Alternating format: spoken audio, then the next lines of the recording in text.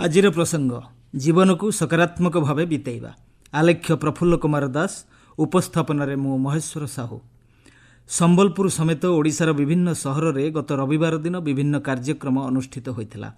ସ୍ୱେଚ୍ଛାସେବୀ ସଂଗଠନଗୁଡ଼ିକର ସଦସ୍ୟ, ସଚେତନ ସାମାଜିକ କାର୍ଯ୍ୟକର୍ତ୍ତା ହାତରେ ପ୍ଲାକାର୍ଡ ଓ ସ୍ଲୋଗାନ ଦେଇ ଜନସାଧାରଣଙ୍କୁ ସଚେତନତାର ବାର୍ତ୍ତା ପ୍ରଦାନ କରୁଥିଲେ। ପ୍ଲାକାର୍ଡରେ ତମାଖୁ ବର୍ଜନ କରିବା ସଂକ୍ରାନ୍ତ ସ୍ଲୋଗାନମାନ ଲେଖାଯାଇଥିଲା। ଦିନ ଆରମ୍ଭରୁ ସାଧାରଣ ମଣିଷଟି ଏଭଳି ବାର୍ତ୍ତା ସହ ତାର ଦୈନନ୍ଦିନ ଜୀବନ ଆରମ୍ଭ କରିଥିଲା। କିଛି ଲୋକଙ୍କର ଏଭଳି ପ୍ରୟାସ ଅନ୍ୟମାନଙ୍କ ମନକୁ ଆନ୍ଦୋଳିତ କରିବା ସହ ସୁଦୂର ପ୍ରସାରୀ ପ୍ରଭାବ ପକାଇବ ବୋଲି ଆଶା କରାଯାଉଛି। ପଦଯାତ୍ରାର କାରଣ ଥିଲା ସେଦିନ ବିଶ୍ୱ ତମାଖୁ ବର୍ଜନ ଦିବସ ପାଳନ କରାଯାଉଥିଲା। ତମାଖୁ ବ୍ୟବହାରକୁ ନା କହିବା ପାଇଁ ବାରମ୍ବାର ପରାମର୍ଶ ଦିଆଯାଇଛି। ବର୍ତ୍ତମାନର ଗ୍ରୀଷ୍ମ ଋତୁରେ ଅତ୍ୟନ୍ତ ଗରମ ପରିସ୍ଥିତି ଭିତରେ ଲୋକମାନେ ଜୀବନ ଅତିବାହିତ କରୁଛନ୍ତି। ଉତ୍ତପ୍ତ ପରିବେଶକୁ ନିୟନ୍ତ୍ରଣ କରିବା ପାଇଁ ବ୍ୟାପକ ବୃକ୍ଷରୋପଣ କରିବା ପାଇଁ ଲୋକଙ୍କୁ ସଚେତନ କରାଯାଉଛି। କାରଣ ବୃକ୍ଷ ସାମୂହିକ ଭାବରେ ଜୀବଜଗତର ବହୁବିଧ ଉପକାର କରିଥାଏ। ହେଲେ ଅନ୍ୟପକ୍ଷରେ ଟବାକୋ ମଣିଷକୁ ବିନାଶର ରାସ୍ତାକୁ ଟାଣି ନେଇଥାଏ। ତମାଖୁ ଏଭଳି ଏକ ଉଦ୍ଭିଦକ ଉତ୍ପାଦ ଯାହା ବିପଦସଙ୍କୁଳ ଜୀବନର ଅନ୍ୟ ନାମ ପାଲଟିଛି। ପୃଥିବୀରେ ତମାଖୁ ସେବନଜନିତ ମୃତ୍ୟୁ ଏକ ଚିନ୍ତାର କାରଣ ପାଲଟିଛି। ତମାଖୁ ବ୍ୟବହାର ଦ୍ୱାରା ମୁଖଗହ୍ୱର କର୍କଟ ରୋଗୀ ବୃଦ୍ଧି ପାଇବା ସହ ହୃତ୍ପିଣ୍ଡ, ଯକୃତ ଏବଂ ଫୁସ୍ଫୁସ୍ ବିଶେଷ ଭାବେ ପ୍ରଭାବିତ ହୋଇଥାଏ।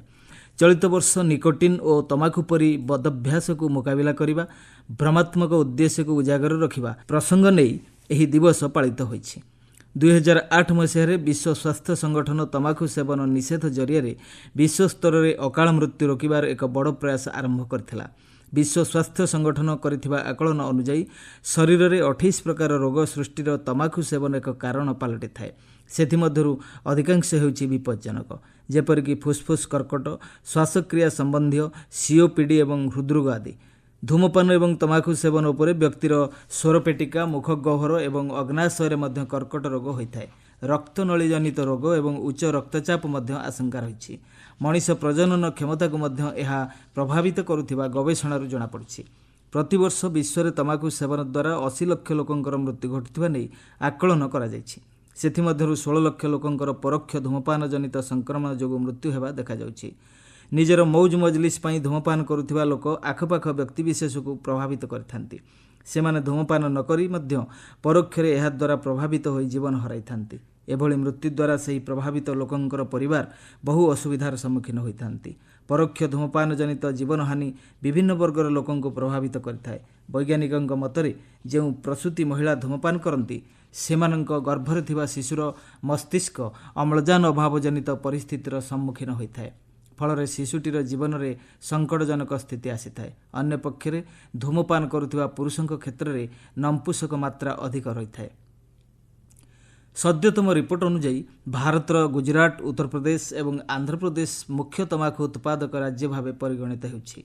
ଅନ୍ୟ ରାଜ୍ୟଗୁଡ଼ିକ ମଧ୍ୟରେ ତେଲଙ୍ଗାନା, ବିହାର, ପଶ୍ଚିମବଙ୍ଗ ଏବଂ କର୍ଣ୍ଣାଟକରେ ମଧ୍ୟ ବହୁ ପରିମାଣରେ ତମାଖୁ ଉତ୍ପାଦିତ ହେଉଛି। ଜୀବନରେ ତମାଖୁ ବା ଧୂମପାନ ସେବନ ପ୍ରାୟତଃ କିଶୋର ଅବସ୍ଥାରୁ ଆରମ୍ଭ ହୋଇଥାଏ। ଭାରତରେ ପ୍ରତିବର୍ଷ ତମାଖୁ ସେବନ ଜନିତ କାରଣରୁ 13 ଲକ୍ଷ ଲୋକଙ୍କର ମୃତ୍ୟୁ ହେଉଛି। ସିଗାରେଟ୍, ବିଡ଼ି, ଗୁଟ୍ଖା, ଖଇନି, ହୁକ୍କା, ଇ-ସିଗାରେଟ୍ ଆଦି ସେବନ ଜୀବନ ପାଇଁ ଅତ୍ୟନ୍ତ କ୍ଷତିକାରକ ହେଉଛି। ତମାଖୁ ସେବନ ଜୀବନରେ ଏକ ନିଶା ହୋଇଯିବା ପରେ ଏହାକୁ ତ୍ୟାଗ କରିବା କଷ୍ଟକର ହୋଇପଡ଼େ। ତେବେ ଏଥିରୁ ଦୂରେଇବା ପାଇଁ ସରକାରଙ୍କ ପକ୍ଷରୁ ବିଭିନ୍ନ ପ୍ରକାର ପଦକ୍ଷେପ ଗ୍ରହଣ କରାଯାଉଛି। ସୃଷ୍ଟିରେ ମଣିଷ ଜୀବନ ସବୁଠାରୁ ମୂଲ୍ୟବାନ। ସେଥିପାଇଁ ମଣିଷକୁ ଅମୃତସ୍ୟ ସନ୍ତାନ ବୋଲି ବିବେଚନା କରାଯାଇଛି। ଏହି ସୁନ୍ଦର ଜୀବନକୁ ସକାରାତ୍ମକ ଭାବରେ ବିତେଇବା ପାଇଁ ସମସ୍ତ ପ୍ରକାର ବଦଭ୍ୟାସକୁ ତ୍ୟାଗ କରିବାକୁ ପଡ଼ିବ। ଯୋଗ, ପ୍ରାଣାୟାମ, ଏହି ସକାରାତ୍ମକ ଚିନ୍ତାଧାରା ଆଦି ଲାଭଦାୟୀ ପ୍ରସଙ୍ଗଗୁଡ଼ିକୁ ଜୀବନର ଅଂଶ ଭାବେ ଗ୍ରହଣ କରିବାକୁ ପଡ଼ିବ। ନିଶା ସେବନକୁ ବର୍ଜନ କରି ଏକ ସୁସ୍ଥ ତଥା ସୌହାର୍ଦ୍ଦ୍ୟପୂର୍ଣ୍ଣ ବାତାବରଣ ସୃଷ୍ଟି କରିବା ଅତ୍ୟନ୍ତ ଜରୁରୀ।